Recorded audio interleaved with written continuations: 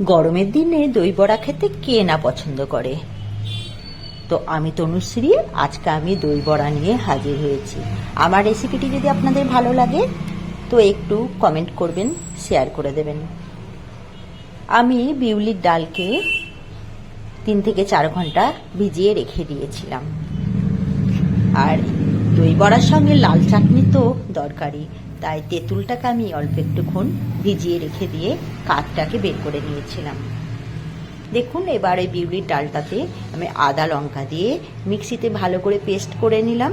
এবার ওই পেস্টের সঙ্গে পরিমাণ মতন লবণ আর চিনি দিয়ে আবার ওটাকে ভালোভাবে মাখিয়ে নিলাম।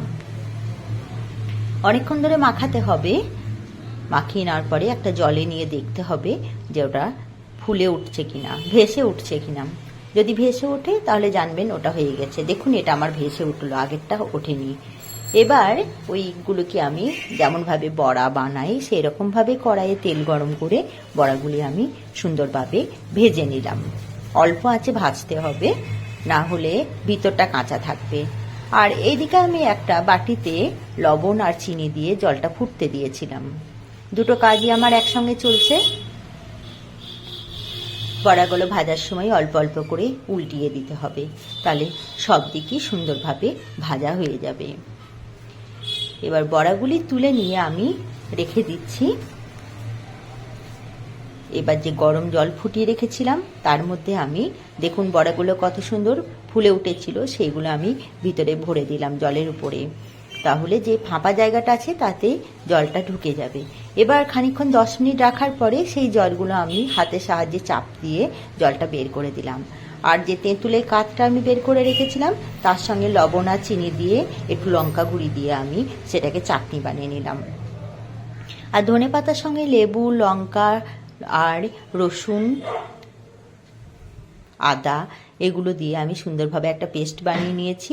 অবশ্য লেবু গোটাটা দিইনি, লেবু রসটা দিয়েছি। তাতে আমার সবুজ চাটনি বানানো হয়ে গেল। দেখুন, আমার সবুজ চাটনি রেডি, লাল চাটনি রেডি। এবার যে দইটা নিয়েছিলাম আমি, সেই দইটা আমি সুন্দরভাবে ফাটিয়ে নেব। আর আমি এটাকে বানানোর জন্য খানিক ঝুরি ভাজাও নিয়ে নিয়েছি, তাহলে দই বড়ার টেস্টটা দারুণ হয়। দইটাকে সুন্দরভাবে অনেকক্ষণ ধরে ফাটিয়ে নিতে হবে, কারণ এটা আমি বড়াগুলোর উপরে দিয়ে দেব। এই দেখুন, এবার যে বড়াটা আছে তার উপরে আমি দইটা দিয়ে দিলাম। সুন্দরভাবে দই দিয়ে ঢেকে দিতে হবে, কারণ এটার নামই হচ্ছে দই বড়া। এবার যে তেঁতুলের চাটনিটা বানিয়ে রেখেছিলাম সেটা দিয়ে দিচ্ছি। তারপরে যে সবুজ চাটনিটা বানিয়েছি সেটাও দিয়ে দিলাম। এবার ঝুরি ভাজা দিয়ে দিলাম। তৈরি হয়ে গেল আমার দই বড়া। দারুণ টেস্ট হয়। আপনারাও একবার এইরকম ভাবে বানিয়ে দেখবেন। গরমের সময় দই বড়া খেতে খুব ভালো লাগে। ধন্যবাদ।